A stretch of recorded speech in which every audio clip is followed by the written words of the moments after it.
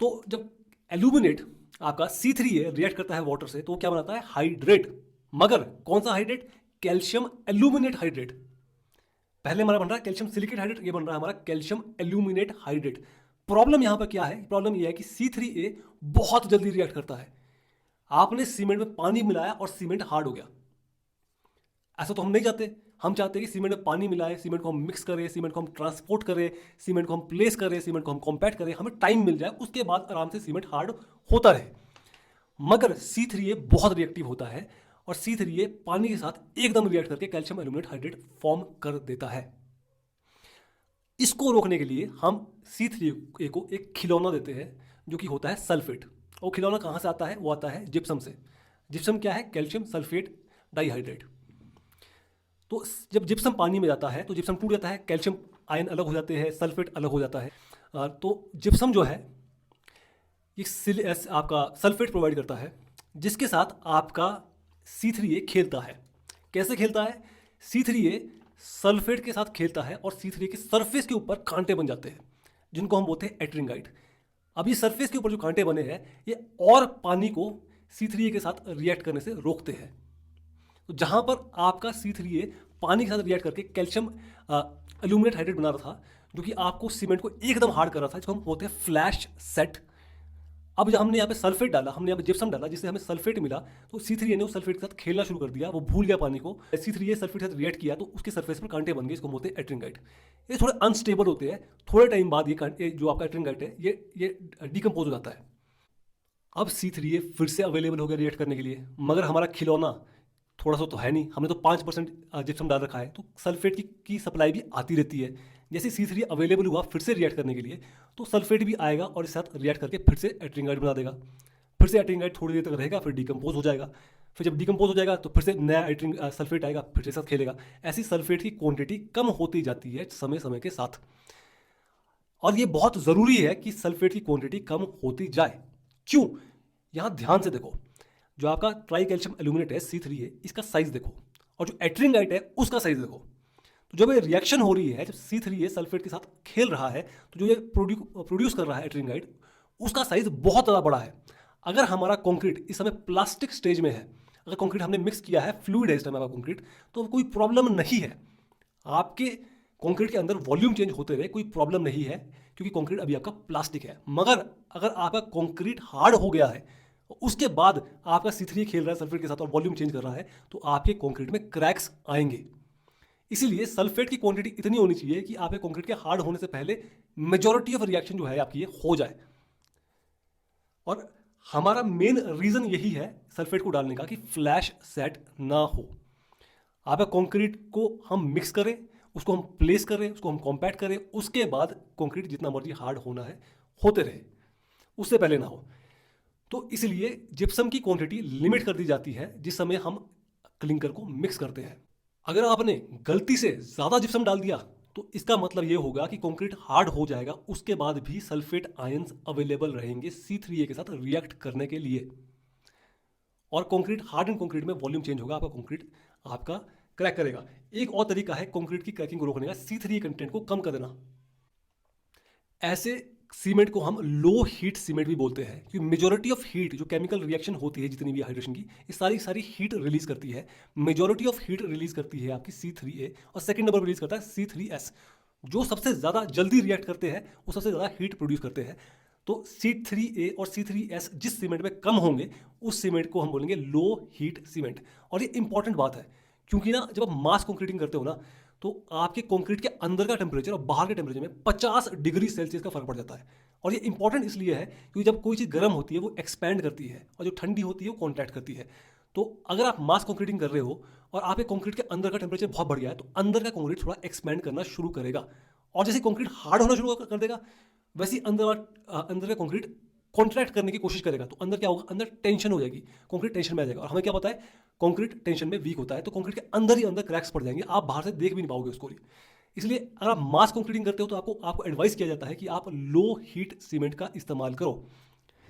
तो low heat cement में आपका C3A और C3S आपका कम होता है।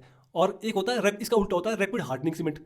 उसमें आपका C3A और C3S ज़्यादा होते हैं। जो ज़्यादा रिएक्टिव है। तो इसमें क्या होता है, इसमें आपकी हीट भी ज़्यादा प्रोड्यूस होती है और स्ट्रेंथ भी जल्दी गेन कर लेता है।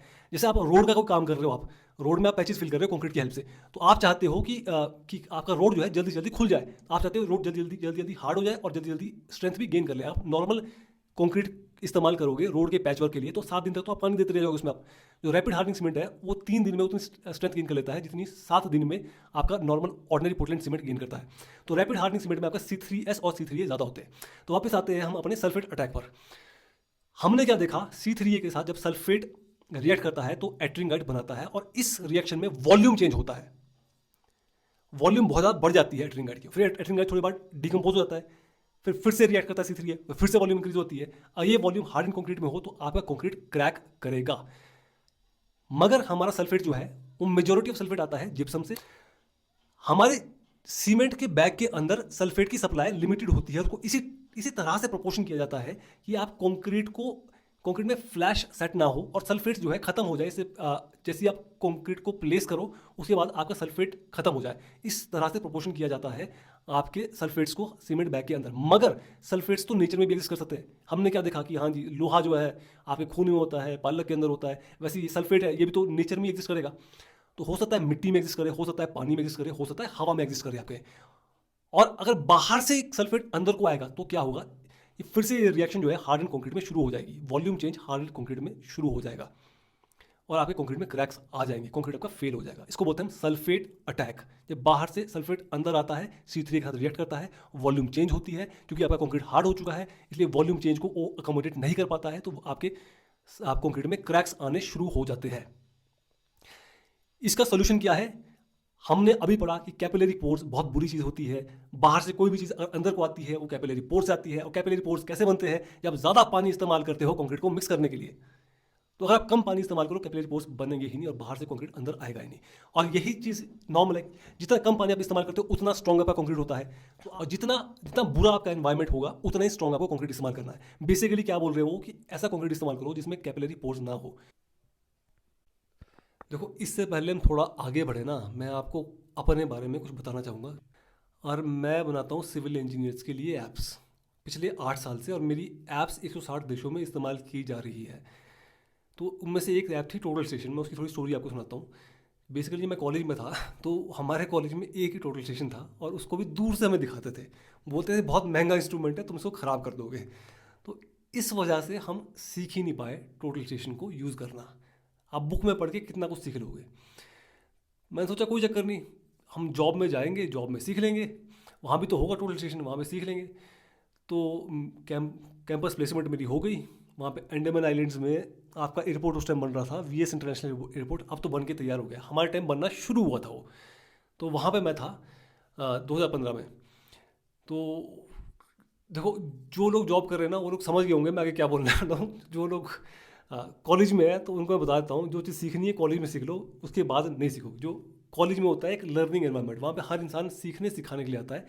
जॉब में आदमी कमाने के लिए आता है, वहाँ पे हर इंसान एक दूसरे के साथ कम्पीट कर रहा होता है। तो जो इंसान आपसे 10 साल पहले भी निकला हुआ ना वो भी आपके साथ कम्पीट कर रहा है।